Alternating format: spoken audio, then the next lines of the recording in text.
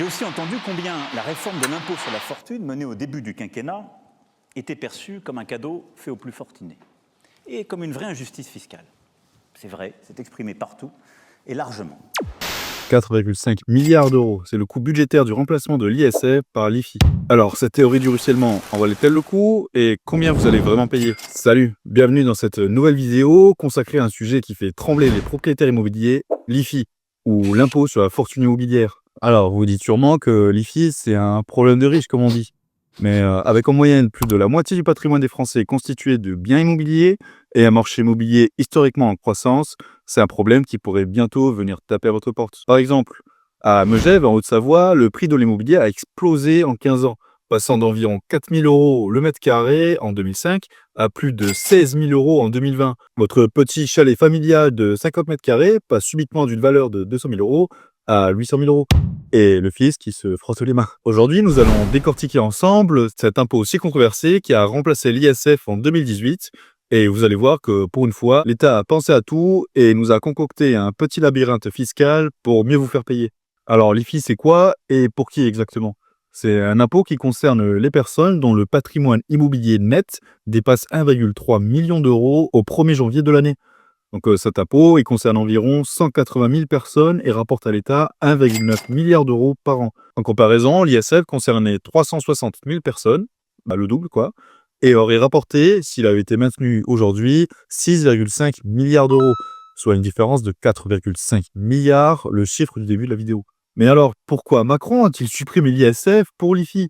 Si ce n'est pas pour ses amis... Pardon, moi j'ai pas d'amis, monsieur Bourdin. J'ai pas d'amis.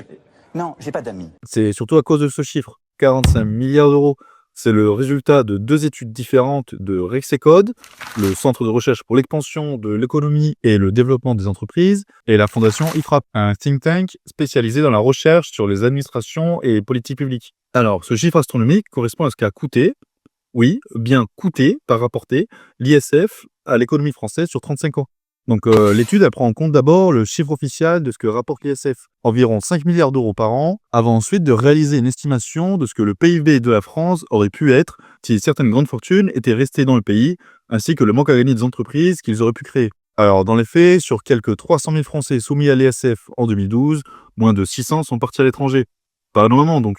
Mais si les chiffres restent constants sur les 35 années d'existence de l'ISF, on perd 21 000 grandes fortunes. Et c'est pas rien. Le débat, il reste ouvert. D'ailleurs, dernière petite anecdote, vous saviez que l'ISF n'a pas complètement disparu? Alors, son cousin, l'IFI, a pris le relais, mais l'ISF a muté pour devenir le CEHR, un impôt sur les super revenus de plus de 500 000 €, ou 250 000 € par personne. Si le sujet vous intéresse, dites-le moi en commentaire et je vous ferai une vidéo. Bon, revenons à notre IFI. Et il vise à taxer le patrimoine immobilier, mais c'est quoi exactement? C'est simple, c'est littéralement tout ce qui ne peut pas être bougé. Donc vraiment tout. Les immeubles bâtis, donc les résidences principales, les maisons, les appartements, les garages, les parkings, les caves, et les immeubles non bâtis, donc les terrains à bâtir, les terrains agricoles, les immeubles en cours de construction, les bois, les forêts, les parts de groupements forestiers, et tout ça, que ça soit directement ou indirectement. Donc bon, comment on calcule cette IFI alors? En sachant que tout le monde se trompe, à partir de combien on paye réellement l'IFI? Donc en réalité, l'IFI est calculé uniquement sur la fraction qui dépasse le seuil de 800 000 €. Et oui, c'est bien 800 000. En fait, les 1,3 million d'euros dont on parle souvent, ils servent au déclenchement de l'impôt. Et ensuite, on paye à partir de 800 000. Donc vous l'aurez compris, avec 1 299 000 € de patrimoine, on ne paye rien. Et dès 1 300 000, vous payez 0,5% sur 38% de votre patrimoine. Donc 500 000 € de 800 000 à 1,3 million. Alors voici les tranches d'imposition 2025. Jusqu'à 800 000 € après abattement, 0%. Entre 800 000 et 1,3 million, 0,5. Entre 1,3 million et 2 570 000, ouais, c'est précis, 0,7. Et jusqu'à 5 millions, 1%. Et de 5 à 10 millions, 1,25%. Et au-delà de 10 millions, 1,5%.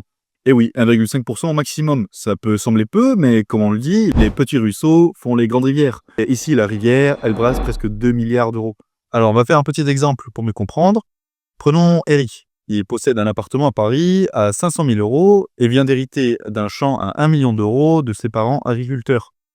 Alors, il a un patrimoine net taxable au 1er janvier 2025 de 1 500 000 €. Alors, l'IFI brut, on prend 500 000 € fois 0,5% et 200 000 € fois 0,7%, Ça nous fait 2005 plus 1400 égale 3900 euros. Alors oui, ça peut paraître peu, 3900 euros, pour un patrimoine immobilier à 1,5 million. Mais il faut garder en tête que c'est une somme qui n'est pas corrélée à vos revenus. Donc par exemple, revenons à Eric, qui est un Parisien convaincu depuis ses études et qui a laissé ses parents agriculteurs à la campagne. Alors d'essai, il hérite de ce champ, mais il ne connaît rien. Eric il ne peut pas s'en occuper et ne peut pas assumer avec son salaire à la fois l'IFI pour le champ et son crédit pour son appartement parisien.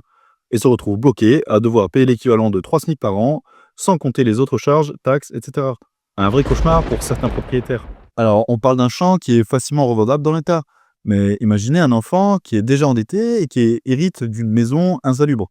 L'enfant ne peut pas assumer les frais de remise en état de la maison, le forçant à vendre dans l'urgence à un prix bien plus bas. Et c'est dommage car c'est un bien qui aurait pu être une opportunité pour lui. L'IFI, le mariage, pour le meilleur et pour le fils. Contrairement à l'impôt sur le revenu, vous n'avez pas le choix. C'est l'imposition commune qui s'applique.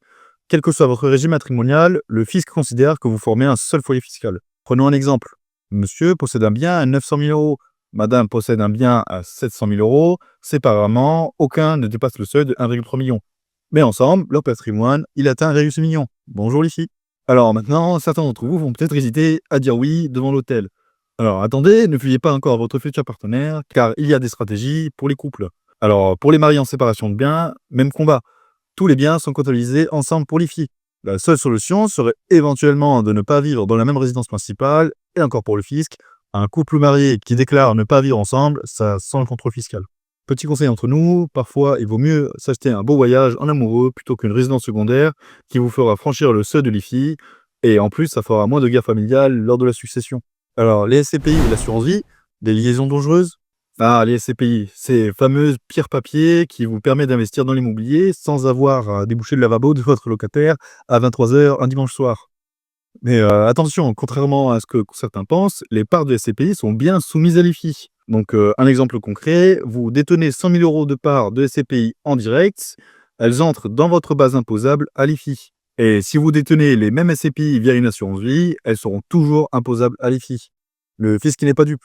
Vous pouvez cacher votre argent sous le matelas, dans une assurance vie ou même dans une crypto-monnaie, mais s'il s'agit d'immobilier, l'IFI vous retrouvera. Vous ne pouvez pas cacher votre maison sous votre matelas. Alors, petite devinette, si vous détenez seulement 1,3 million d'euros en part de SCPI, est-ce que vous êtes redevable de l'IFI? Eh bien non. Parce que, en gros, sur la valeur de vos parts de SCPI, qu'elles soient en direct ou en assurance vie, c'est seule la quote-part immobilière qui est prise en compte. Donc, si vos SCPI détiennent 80% d'actifs immobiliers et 20% de liquidités, par exemple, seuls 80% de la valeur de l'actif immobilier sera soumise à l'IFI. Donc, ne vous inquiétez pas, les SCPI vous fournissent tous les montants à déclarer à la fin de l'année. Petit avantage non négligeable, les dettes liées à l'acquisition de ces SCPI sont déductibles, donc que ça soit en direct ou via une assurance vie. Mais bon, ça on le voit juste après. Les biens à l'étranger, l'IFI ne connaît pas de frontières. Vous pensiez échapper à l'IFI en achetant une villa en Espagne ou un chalet en Suisse? Raté. Selon les règles fiscales françaises, un résident fiscal français est imposable sur son patrimoine immobilier mondial. Donc, imaginons que vous possédez un appartement à Paris de 600 000 euros, une maison en Floride à 900 000 $, soit environ 830 000 euros, pour un total de 1 430 000 euros. Bonjour l'IFI. Même si en France, vous n'aviez que 600 000 euros. L'IFI, il est où vous êtes. Donc, même sous les cocotiers de votre villa thaïlandaise, le fisc français, il vous aime et il pense à vous. Mais il existe quelques nuances importantes.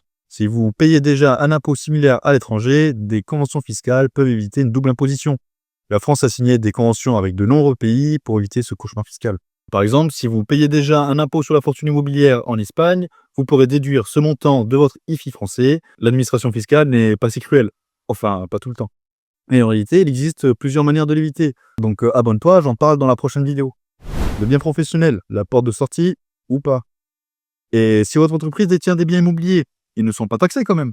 Eh bien, si, c'est écrit noir sur blanc, sont redevables de l'IFI les biens détenus indirectement, donc les immeubles bâtis et immeubles non bâtis, les biens détenus via des parts ou actions de sociétés, d'OPC ou d'organismes, de SCI, de SCPI, etc. Donc, lorsque vous détenez des biens immobiliers par l'intermédiaire d'une société, que ce soit une SCI, une SRL, une SAS, etc., les biens immobiliers détenus par ces sociétés sont intégrés à votre base imposable à l'IFI proportionnellement à votre participation. Donc, par exemple, si vous détenez 40% d'une SCI possédant un immeuble à 1 million d'euros, 400 000 euros sont ajoutés à votre base imposable de l'IFI. Donc cette règle elle s'applique également aux sociétés en cascade, donc en holding, pas d'échappatoire. Alors par contre, voici une partie qui va intéresser les entrepreneurs.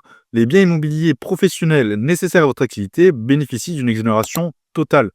Donc si vous êtes dirigeant d'entreprise et que votre société possède des locaux que vous utilisez pour votre activité principale, ces biens peuvent être exonérés d'IFI. Alors les conditions pour bénéficier de cette exonération. Les biens doivent être affectés à l'activité principale de l'entreprise. Vous devez exercer une fonction de direction de l'entreprise et cette fonction doit constituer votre activité principale. Vous devez percevoir une rémunération normale représentant plus de 50% de vos revenus professionnels. Prenons le cas de Gérard. Il est gérant d'une boulangerie dans le centre de Paris. Il a un patrimoine immobilier personnel de 600 000 euros, des locaux professionnels détenus par société, donc la boulangerie, qui est vitale à son activité et qui vaut 1 million d'euros. Le total théorique est de 1 600 000 euros, mais comme on l'a vu, le total qui est vraiment imposable à l'IFI, 600 000 euros, car la boulangerie n'est pas imposable, car il s'agit d'un immeuble qui est nécessaire à son activité principale. Gérard échappe donc à l'IFI grâce à l'exonération des biens professionnels, tout simplement car le bien qu'il tient en entreprise est tout à fait nécessaire à son activité et n'a pas comme vocation première d'augmenter sa fortune immobilière personnelle. Et voilà, on arrive à terme de cette exploration de l'IFI. J'espère que vous y voyez maintenant un peu plus clair dans ce labyrinthe fiscal. Il y avait pas mal de calculs, j'espère que je ne vous ai pas trop perdu. S'il reste que quelques zones d'ombre, n'hésitez pas à poser vos questions en commentaire et j'y répondrai. Si cette vidéo vous a été utile, n'hésitez pas à liker et à vous abonner. Et surtout, partagez-la avec des amis propriétaires qui se plaignent de leur impôt. Et la prochaine vidéo, elle sera justement sur les techniques et stratégies pour éviter l'IFI. Ciao!